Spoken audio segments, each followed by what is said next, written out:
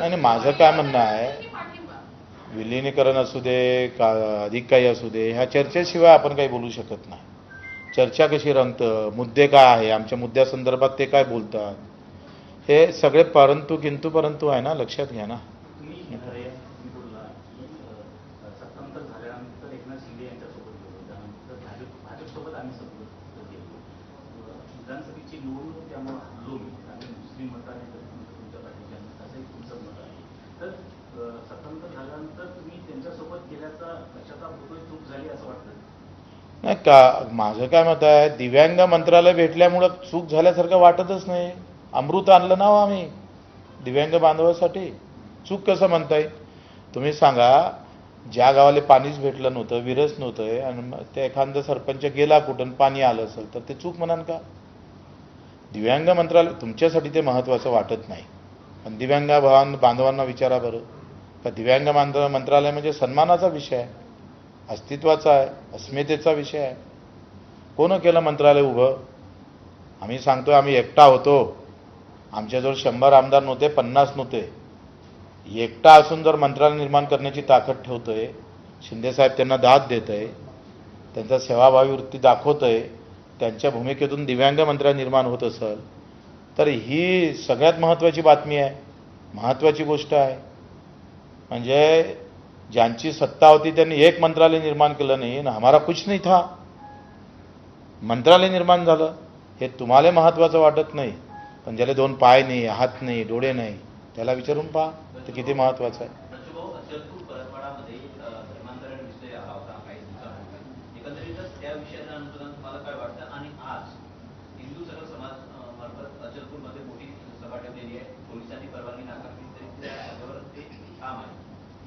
वस्तुस्थितीला माझं काय म्हणणं आहे, प्रकरण पहिले वस्तुस्थितीचा अभ्यास न करता जे काही बवाल झाला, काय झालं का 108 180 पुऱ्या देशात जगात ती बातमी गेली. बदलाम तर परतवाडा झालं ना. आता परतवाडा अचलपूर शहरातल्या मुलींचं म्हणजे काही 10-15 मुली झाल्या असेल, पण बदलामी तर परतवाडा अचलपूर शहरातल्या मुलींची झाली ना, हिंदूंची झाली, मुस्लिमांची झाली. त्यांच्या मुलींचे लग्न करावं होणार. परतवाडा अचलपूर म्हटलं की लोक आता शंकेच्या नजरेनं पाहतं मुलीकडे. हे मोठं नुकसान आहे, लक्षात घ्या, सगळ्यात मोठं नुकसान आहे. तर कोण असणार आहे मला काही त्याच्यात जास्त महत्त्व नाही. तुम्ही कसं आहे, आमचं लक्ष आहे वंचित घटकाकडे. पीडित वंचित जो अतिशय दुर्लक्षित घटक आहे, तो कुठल्याही धर्माचा असू दे, त्याच्यासाठी आमचा धर्म एकच आहे. कर्जमाफीच्या बाबतीत आम्ही बोललो आहे की जे तुम्ही प्रोत्साहन निधी देता आहे ते वाढवून द्यावं लागेल. आत्ता जरी देता आला नाही तर सेकंड टप्प्यामध्ये तुम्ही वाढवून द्यावं लागेल, आणि वेळ पडलं तर आंदोलनही करू. 2 लाखापर्यंतची कर्जमाफी, पीक कर्ज माफ होते, पण गेले अनेक वर्षानुवर्ष त्यांनी शेतकऱ्यांची पाईपलाईनसाठी शेतामध्ये काहीतरी नवीन गोष्टी करण्यासाठी 5-10 लाखाचं कर्ज ते थकीत. आता याच्यावर काय आहे, ही पीक कर्जाची माफी झाली, पण याच्यात स्प्रिंकलरसाठी घेतलेलं कर्ज असेल किंवा पॉलीहाऊससाठी असेल किंवा ट्रॅक्टरसाठी घेतलेलं असेल किंवा साधन सामुग्री निर्माण करण्यासाठी असेल, ते घेतलं तर किमान 1 ते 1.5 लाखाची कोटीची कर्जमाफी माफ करावं लागेल. लक्षात घ्या, हा आकडा फार मोठा आहे आणि याच्यासाठी आपण केंद्रासोबत लढलो पाहिजे. आणि माझं म्हणणं आहे की आता आमची लढाई ही हमी भावाची असणार आहे. आम्ही हमी भावासाठी लढणार आहोत, बिलकुल ताकदनं लढणार आहोत.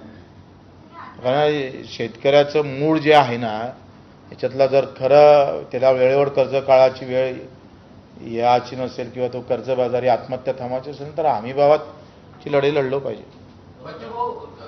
तुम्ही म्हटला मगाशी की मंत्रीपद मिळालं असतं तर अजून वेगळं काही करता आलं असतं. पण माझं म्हणणं असं आहे की समजा तुम्हाला तुमच्या सगळ्याच्या तुम्ही ज्या मुद्दे मांडले, तुम्ही प्रस्ताव ठेवला, एकत्रित पत्रकार परिषदेत प्रस्ताव ते बघत असतील, जर तुमचे सगळे प्रस्ताव त्यांनी मंजूर केले तर आमदारकीसह तुम्ही मंत्रीपद स्वीकारण्यास तयार असणार का? आता कसं आहे, जर तरवर बोलण्यात काही अर्थ नाही. तुम्ही काय म्हणता मला का पट्टी लावून बॅटिंग कर, याच्यात काही अर्थ आहे का?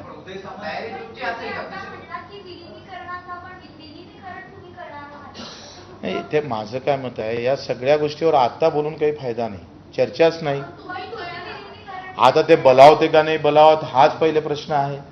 माझं काय म्हणणं आहे, बैठकच नाही झाली तर मग कशाला बोलू मी आता? उदय सामंत काय बोलले? सकारात्मक आहे. उदय सामंत काय बोलले? एकनाथ शिंदे हा. तुमची चर्चा झाली उदय सामंतांसोबत, त्याच्यानंतर फिसकटली म्हणा किंवा काही संवाद नाही झाला. हा. काय बोलायचं आहे एकनाथ शिंदेबद्दल तुम्हाला? नाही, माझं असं मत आहे का जर सन्मान, शेतकरी मजूर दिव्यांगाचा सन्मान करायचा असेल तर जरूर निर्णय घेतला पाहिजे. आणि आम्ही ताकदीनं बिलकुल म्हणजे शेतकरी, शेतमजूर आणि दिव्यांग बांधवांना न्याय देण्याचं काम आपण निश्चितच फार ताकदीनं करू. आपली विधान परिषदेच्या सभागृहामध्ये काही गोष्टी आजही लोकांच्या मेसेज बच्चू कडू गेले म्हणजे काही शब्द आम्ही कानावर पडत नाही.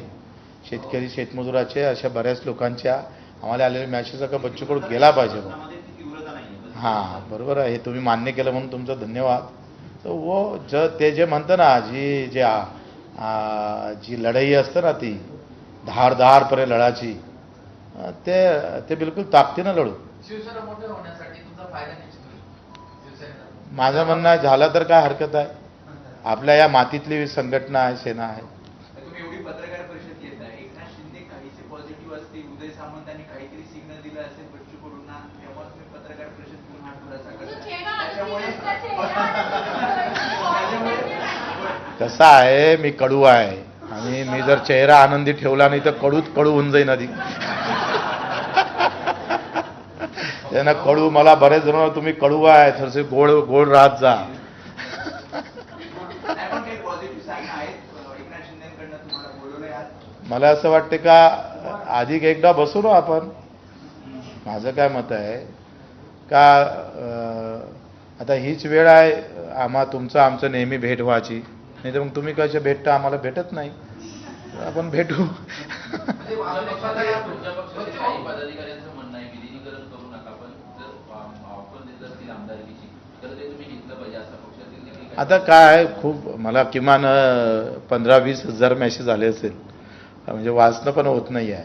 पण माझं असं मत आहे का आपण हा निर्णय राजकीय निर्णय कोणत्या ताकदीनं कुठल्या परिस्थितीत कसा घेतला पाहिजे हे आम्ही शिवबाच्या इतिहासातून शिकलो आहे. शिवरायांच्या त्यानं कधी डाव मारायचा, कधी हुलकी द्यायची, कधी काय करायचं. छत्रपतीचा इतिहास निवड आम्ही वाचलंच नाही तर पायी पण चाललो आहे छत्रपतीच्या भूमीवर. त्यानं तितका तर आम्ही मजबूत आहो ना. तुम्ही त्याची चिंता नका करू. दिल्लीमध्ये आपचे जसे खासदार भाजपात गेले त्याचा विचार करता तुम्हाला हा निर्णय घेणे योग्य असेल असं वाटतं का? कसं आहे, माझं काय म्हणणं आहे, निर्णय हा सामान्य माणसासाठी दिलासा देणारा असला पाहिजे. बच्चू कडूचा मान सन्मान, त्याची प्रतिष्ठा नाही तर सामान्य माणसाचा आवाज बुलंद होत असेल तर तो घेतला पाहिजे. हिंदी में जानना चाहेंगे, आपकी जो पार्टी है दिव्यांग लोगों के लिए बड़े पैमाने पर महाराष्ट्र में काम करती है, चर्चा ऐसी है कि आपका प्रहार पक्ष शिवसेना के साथ जुड़ा और आप एमएलसी बने? ना, ऐसा कुछ नहीं है. देखो, हम किसान के लिए भी काम करते हैं, मजदूर के लिए भी काम करते हैं, दिव्यांग भाई के तो वो तो हमारी आत्मा है भाई. हमारे लिए भगवान के समान है दिव्यांग भाई. और मैं तो बहुत नसीबवान हूँ कि इन लोगों के, ऐसे लोगों के लिए मैं काम कर सकता हूँ.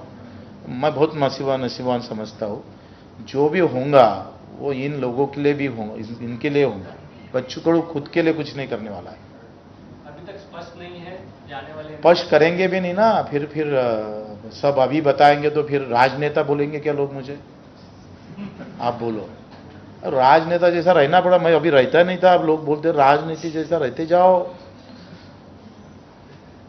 पत्रकार परिषद परत केली असं वाटतं. बिलकुल. काही नवीन? हा, तुम्ही पेढे घेऊन ये जा. म्हणजे तुम्ही हा संकेत दिलाय का हे बोलून आम्हाला? नाही, आता हे सहज बोललो आपण. नेपाळमध्ये का होता? नेपाळमध्ये मी किमान 5,500 मीटर चढून आलेलो आहे. -15 उष्णतामान होतं आहे आणि खूप माझ्या आयुष्यासाठी सगळ्यात मोठा कठीण ट्रॅक होता. एव्हरेस्ट बेसपर्यंत घेतला. त्यानं तिथला जो संयमपणा आहे ना तो खूप शिकलो मी. संयमानंच चालत. तिथं श्वास, ऑक्सिजन कमी असतं, थंडी भरपूर असतं, हाईटनं चढावं लागतं. तर असं तुम्हाला मी चालून दाखवलं, तुम्ही हसाल. म्हणजे एक पाऊल टाकताना दुसरं पाऊल मोजून टाका लागायचं नाही तर श्वास भरून यायचं. त्यानं संयम फार महत्त्वाचा. आणि मी आयुष्यात संयम फार ठेवला नाही. आता त्या गेलो तेव्हापासून संयम ठेवायला लागलो. आणि गौतम बुद्धांच्या भूमीत गेलतोय. हो, म्हणजे तुम्ही येत्या काळामध्ये संयमशीर बच्चूकडे पाहायला मिळालं, कारण तुमचा महाराष्ट्रात तुम्ही अधिकारी पण बघत नाही, समोरचा पण तो पण बघत नाही. नाही, पण तिथं- तुम्ही शिकला नेपाळमध्ये जाऊन. तिथं संयम मी ठेवणारच नाही. बच्चूभाई, जातीचं राजकारण एकीकडे होताना बघतोय आणि तुमचे मुद्दे शेतकऱ्यांचे आणि दिव्यांगांचे आहेत, ते अतिशय प्रॅक्टिकल आहेत. तुम्हाला वाटते की हे सगळ्या ठिकाणी तुम्ही पुढे पाऊल ठेवताना तुम्हाला फार संयमाने पाऊल ठेवावं लागणार आहे प्रत्येक गोष्टीसाठी? कसं आहे, माझ्या निर्णयामुळे शेतकऱ्याच्या आंदोलनाचं खच्चीकरण नाही झालं पाहिजे. कसं आहे, जातीच्यासाठी लढलो असतो ना आम्ही, तर आम्हाला ही वेळच नाही आली असती. पण मूर्खता आहे ते या सध्याच्या याच्यामध्ये, जो जात के लिए धर्म के लिए नहीं लढेगा वो मर जाएगा. आणि मग ते लढलंय तरी पैसा, राजकारण पैशाचं फार महत्त्वाचं झालं आहे. नाही तर आमच्यासारख्यावर 350 गुन्हे कोणावर दाखल आहे? कोणत्या पक्षप्रमुखावर आहे सांगा बरं, सामान्य माणसासाठी एक सांगा. 150 वेळा रक्तदान करणारा एक तुम्ही पक्षप्रमुख दाखवा, कोणावर आहे? पण मग प्रॅक्टिकल बच्चू कडू ते हिंदुत्वाचा अजेंडा किंवा हिंदुत्वाचा व्याख्या सांगणाऱ्या शिवसेना कसं आहे, धार्मिकता म्हणजे माझं म्हणणं आहे का धर्म, मी माझ्या हिंदू धर्माचा आहे, मी त्याचा अभिमान गर्व ठेवत असेल आणि मनात जर कपट भावना एखाद्या दुसऱ्या धर्मासाठी ठेवत असेल तर त्याला हिंदुत्व म्हणतच नाही, लक्षात घ्या. आणि ते मतासाठी मग तुम्ही रस्त्यावर लढाया लढत असेल तर ते आम्ही थोडं सहन करतोय. तुम्ही मूळ शिवसैनिक जरी असलात तरी शिंदे शिवसेनेमधनं असं म्हटलं जातं की आता शिवसेनेसोबत त्यांचा संबंध नाही, म्हणून काहीशी नाराजी आहे. तुमचं नाव जेव्हा चर्चेत येते तेव्हा नाराजी असणं फार चांगलं. कसं आहे, सगळं होकार म्हटलं असतं तर मजा नाही आली असती. नाराजी आहे म्हणून बातमी झाली ना, ते असली पाहिजे. हो, आता विलीनीकरणाची आधी हेडलाईन टाकली, आता कसं होतं? मला माहित आहे तुम्हाला ब्रेकिंग भेटत नाही, तेपर्यंत तुम्ही मला प्रश्न विचारत राहाल.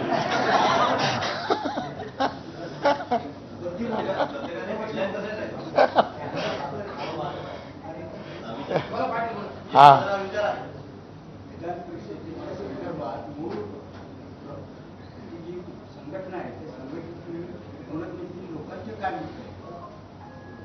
तुमच्या संघटनेनं लोकांचे काय मतं विलीन करतात? नाही लोक त्यांना साहजिकच आहे, ज्या कार्यकर्त्यांनी 25-25 वर्ष मेहनत केली, रक्ताचं पाणी केलं. एखादी संघटना बगर जाती धर्माची मोठी करणं काही लहान गोष्ट नाही आहे, लक्षात घ्या. म्हणजे आम्ही आमदार होणं, या अशा काळातून संघटना चालवणं ही तारेवरची कसरत असतात ना. त्यांना त्यांच्या भावना व्यक्त करतात ते. तुम्ही आधी म्हणजे जसं तुम्ही म्हणालात की तुम्ही जुने शिवसैनिक आहात, तेव्हा उद्धव ठाकरे यांच्या नेतृत्वाखाली खरं तर शिवसेनेचा हा पक्ष होता. मात्र आता शिवसेनेचे 2 गट झालेले आहेत. तुम्ही एकनाथ शिंदे यांच्या बाजूने मत व्यक्त करताना सध्या बघायला मिळत आहे. उद्धव ठाकरे यांच्या सोबत काही याच्या आधी चर्चा झाली होती का विधानसभेसंदर्भात किंवा सोबत जाण्यासंदर्भात? नाही नाही कशाबाबत त्यांच्यासोबत पाऊल ठेवण्यासंदर्भात उद्धव ठाकरे यांच्यासोबत नाही. मी एक जाता जाता एक फोन केला होता, पण त्यांनी उचलला नदी ठेवून दिला. आता ते एवढे सगळे गेल्यानंतर मानसिकता नसेल कदाचित. ओके, धन्यवाद, आभारी आहोत सगळ्यांचा. नाही, आता मी जन्मदिवस